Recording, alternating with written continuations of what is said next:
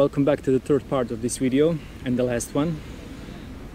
My battery was dead, so that is the reason why, stop at a moment, and also some older people here in the park are cursing and speaking very loud and very interesting.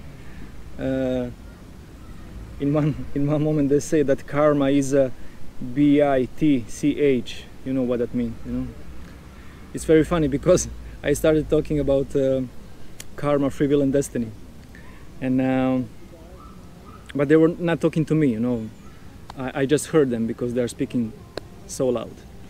Anyway, let's finish this. Augustine of Hippo had a very wrong picture of astrology, as well as what was the determined and where is the free will, And one more thing, where he tried to approach and give his philosophical explanation, and he also failed. He wanted to refute and point out the inaccuracy of astrology in particular domain, considering twins. That astrology cannot be accurate because we see the lives of twins, how different they are by character, that everything that happens in their lives and destiny, and they not die at the exact same time, although they were conceived at the same time and born only a few minutes apart. First and foremost, Augustine of Hippo was not an astrologer. He could not know that. And he was definitely wrong here, because it is very well known in Jyotisha, on every 24 seconds, it is the time, the difference of the incarnations of two souls. And if you look at the Vargas, the divisional charts, that I spoke about it, you can see those subtle differences, even in that span of time. So that is also not true what Augustine of Hippo thought, There are rumors that somewhere in Vatican there is a lot of astrological literature. We cannot know whether it is, true or not, but it wouldn't be a surprise if it's true. Unlike that, there is something that is absolutely 100% fact, and that is, when you look all of the religions, their calendars, days of the weeks that I spoke about, the months in the year, the various festivals, etc., everything is based on astrology. This is a fact that no one in the world cannot dispute, because it is realistic and factual. And also, church and religion at their core are using astrology, and that is why it is normal for them to condemn the astrology, because they like to keep that so-called spiritual monopoly over everyone else. And in order not to rest on how religion rejects astrology, I tried, research, collected a lot of photographs which unequivocally show that this situation is essentially the opposite, although in a way kept silent about it. Many monuments, fresks, books and writings which connected these two were destroyed, but still in many places in the world today there is exceptional connection that can be found. I would not go into the conspiracy theories,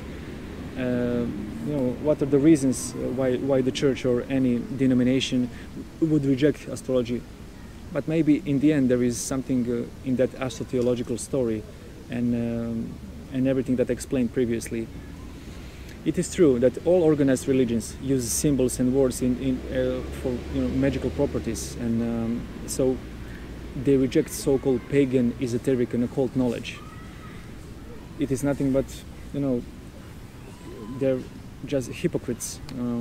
The roots are certainly in all of the above, which is forbidden by the officials of those institutions.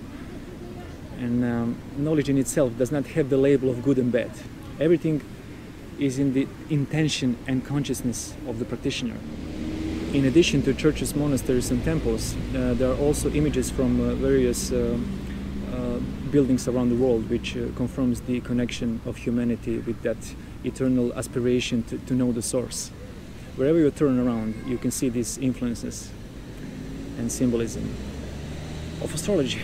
I will add that for me personally, it is not of great importance whether and when someone lived, or whether everything is a myth or metaphor, nor does it matter to me where religion is disguised astrotheology, although many points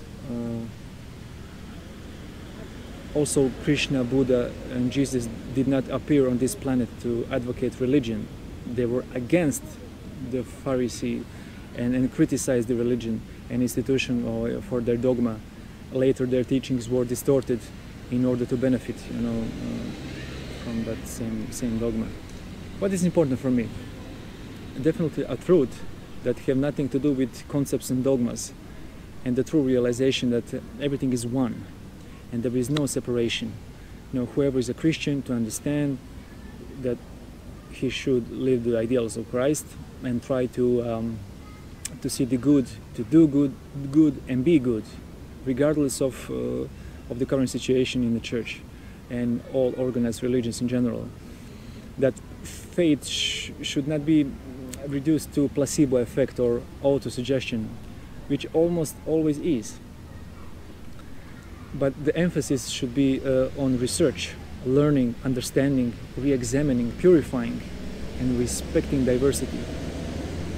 Because everything else leads to dogma and spiritual downfall. If you look at today's man, how he destroys the nature as a physical manifestation of divine energy, of the Divine Mother, of God, if you want to call it, whatever you want to call it. At the same time, he is worshipping statues, the idols, and believing in God through intermediaries. It is clear to you why the whole situation is chaotic and schizophrenic. In all of this, there is least spirituality. So, I will end this video with a great quote. It goes like this: to live in the world without becoming aware of the meaning of the world is like wandering about in a great library without touching the books. Once again, thank you for your time to watch and listen to these videos. I will continue. My next will be about karma, free will, and destiny. It will be very, very interesting. Again, probably in 2 or 3 parts.